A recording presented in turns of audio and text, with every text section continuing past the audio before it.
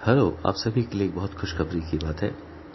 अंतर्राष्ट्रीय सांकेतिक भाषा दिवस जो कि 23 सितंबर 2025 को मनाया गया, आप सभी को उसकी बहुत बहुत बधाइयाँ और पूरे विश्व को उसकी बधाइयाँ। ISLRTC नई दिल्ली के द्वारा 23 तारीख को ही एक प्रतियोगिता का आयोजन किया गया, जिसमें कि बच्चे और बड़े सभी लोगों को आमंत्रित किया गया, जिसमें कि सांकेतिक भाषा की प्रतियोगिता थी और देश के अलग अलग राज्यों से अलग अलग बच्चों ने इसमें भाग लिया। और एक सबसे आश्चर्य वाली बात यह है कि इसके अंदर 5 बच्चे थे जिन्होंने प्रथम स्थान प्राप्त किया है। इन पांचों ने और इन्होंने बहुत ही अच्छी सांकेतिक भाषा में कहानियां बताई, मोरल स्टोरीज बताई और सभी को प्रथम प्राप्त स्थान हुआ। और साथ ही साथ इनके साथ 2 बच्चे और थे जिन्हें कि द्वितीय तथा तृतीय स्थान प्राप्त हुआ है।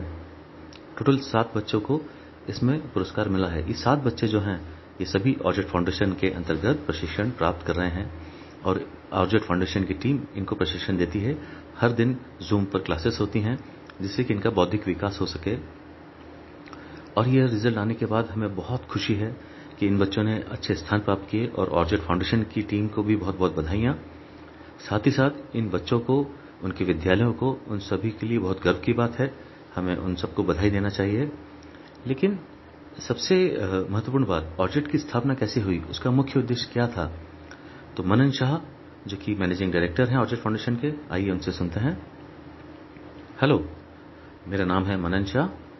मैं ऑर्जेट फाउंडेशन में काम करता हूं और इसका मुख्य उद्देश्य था बधिर बच्चों को शिक्षण प्रदान करना ऑनलाइन माध्यम से। और आप सभी को पता है कि कोविड के समय देश की और दुनिया की क्या हालत थी, लोग घरों में बैठे थे। उस तरह से ही बधिर बच्चे भी घर में थे जो कि विद्यालय नहीं जा पाते थे। उनके माता पिता को बहुत चिंता होती थी कि बच्चे कैसे पढ़ेंगे, क्या होगा। उस समय ये विचार आया और ऑर्जेट की टीम और हमने मिलकर निर्णय लिया कि जूम पर हम लोग ऑनलाइन प्रशिक्षण प्रदान करें जिससे कि बधिर बच्चे सीख सकें। उस समय हमारे पास 22 बच्चे थे, तो उसमें हम अंग्रेजी बेसिक, विज्ञान, गणित, कहानियां, ISL के बारे में अलग अलग जानकारी देते थे ताकि उससे बच्चों का विकास हो सके। इस तरह के अलग अलग बेसिक प्रशिक्षण हम देते थे। और स्कूल का जो कोर्स होता है या पाठ्यक्रम होता है, हम वैसा शिक्षण नहीं देते हैं। हमारा जनरल नॉलेज, जनरल स्किल, जागरूकता के लिए, कौशल विकास के लिए प्रशिक्षण रहते थे। इसकी शुरुआत 2021 में हुई। उस समय हमारे पास 22 बच्चे थे जिनको हम प्रशिक्षण दे रहे थे। 2021 से आज तक 2025 में हमारे पास कुल 140 बच्चे हैं जो कि प्रशिक्षण प्राप्त कर रहे हैं ऑनलाइन जूम के माध्यम से। सतत रूप से ये कार्यशाला कक्षाएं चल रही हैं। इसमें 5 वर्ष से लेकर 17 साल तक के बच्चे रहते हैं, तो उनका बौद्धिक विकास, पर्सनालिटी डेवलपमेंट और कौशल विकास बहुत अच्छे रूप से हो रहा है। तो सकारात्मक और नकारात्मक चीजें दोनों होती हैं। सकारात्मक ये कि बच्चे बहुत जल्दी सीखते हैं सांकेतिक भाषा के माध्यम से और उनका भाषा विकास बहुत पूर्ण रूप से होता है। नकारात्मक चीज ये है कि लिखने में थोड़ी सी कमजोरी है, लेकिन हाँ, उस पर भी हम धीरे धीरे कार्य कर रहे हैं ताकि वो भी विकसित हो सकें। और हम चाहते हैं कि सांकेतिक भाषा के माध्यम से बच्चे लिखने का भी काम और अच्छे रूप से कर सकें और बेहतर कर सकें, उसके लिए भी हम कार्य कर रहे हैं। तो जो बच्चे 5 से 17 वर्ष के हैं, इनका विकास बहुत अच्छे से होता है। अगर मैं मेरी बात करूं और मेरे पिछले समय में जाऊं तो मैंने मेरे जीवन के 20 साल व्यर्थ किए हैं जिसमें कि मेरा विकास नहीं हो सका। 20 साल की उम्र होने के बाद करीब करीब 19 या 20 साल वर्ष का था मैं तब मैंने अंग्रेजी के कोर्स ज्वाइन किए, वहां पर सीखना चालू किया और मेरा समय निकल गया।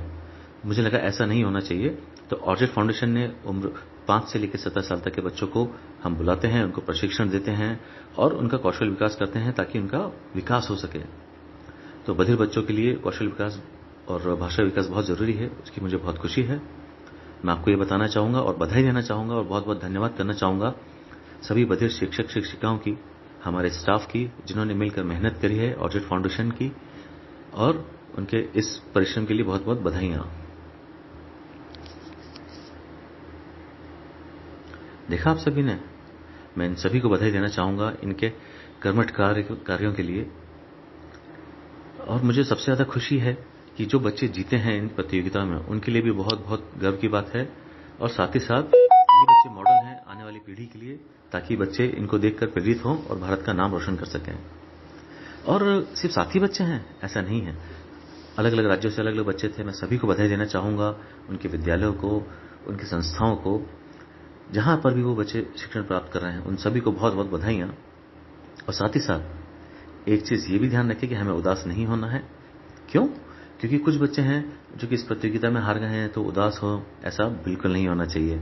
हमें उम्मीद है कि अगले साल आप वापस इस प्रतियोगिता में भाग लेंगे और अपना स्थान प्राप्त करेंगे। ये ऐसा उद्देश्य होना चाहिए। आप सभी बच्चों को और साथ ही साथ ISLRTC को, अलग अलग विद्यालयों को मैं बधाई देना चाहूंगा। हम सभी के लिए ये बहुत गर्व की बात है।